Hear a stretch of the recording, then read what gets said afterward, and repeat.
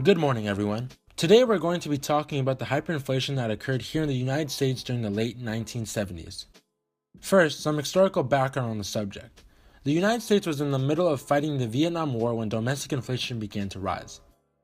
We entered the Vietnam War in 1955, and financing these efforts was already quite strenuous on the economy back home. On top of the big spending from war, America was also experiencing a large balance payments deficit, as they were importing more goods than they exported.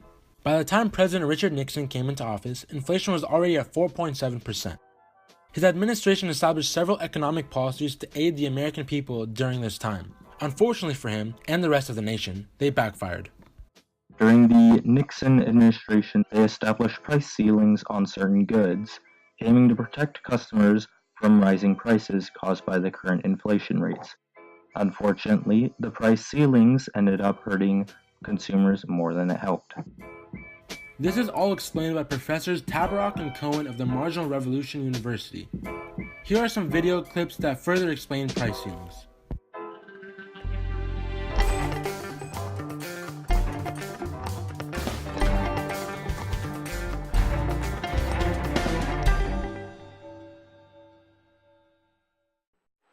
I am today ordering a freeze on all prices and wages throughout the United States.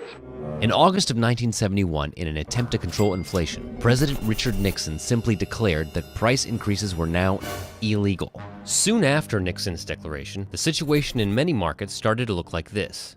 The market equilibrium price was above the current price, but it was illegal to raise prices. Prices were hitting the ceiling, the maximum price allowed by law.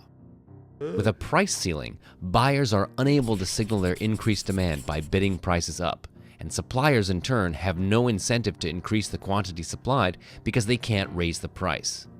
The result is a shortage. Well, with price controls in place, the economy became discoordinated. Shortages of steel meant that construction workers had to be sent home and new building construction delayed. Factories and offices had to close when shortages meant they couldn't operate, and when they closed, the firms relying on them had to close too. In perhaps the most ironic case, a shortage of steel drilling equipment made it difficult to drill for oil, even as the United States was undergoing the worst energy crisis in its history. And then the chickens started to drown. A price ceiling had been imposed on the price of chickens, but not on the price of feed. Farmers realized that at the controlled price, they would actually lose money if they fed their chicks to fatten them up and bring them to market. So the farmers drowned millions of baby chicks. Thanks, price controls. The list of strange unintended consequences like these go on and on. Now onto the cost of inflation. Unit of account costs come about during times of inflation because of the way that money becomes less reliable as a unit measurement. Money serves as a unit of account in the economy. When inflation changes the value of the currency that you use, costs can accrue. Unit of account costs were reflected in the tax system during the 1970s, as businesses found themselves losing money by paying taxes on phantom gains. For example, if the inflation rate was 10% and an asset worth $100,000 was purchased, that asset could be sold a year later for $110,000. Fundamentally, that business didn't make a profit from the sale, but US tax law would state a capital gain of $10,000 and taxes would have to be paid on that phantom gain.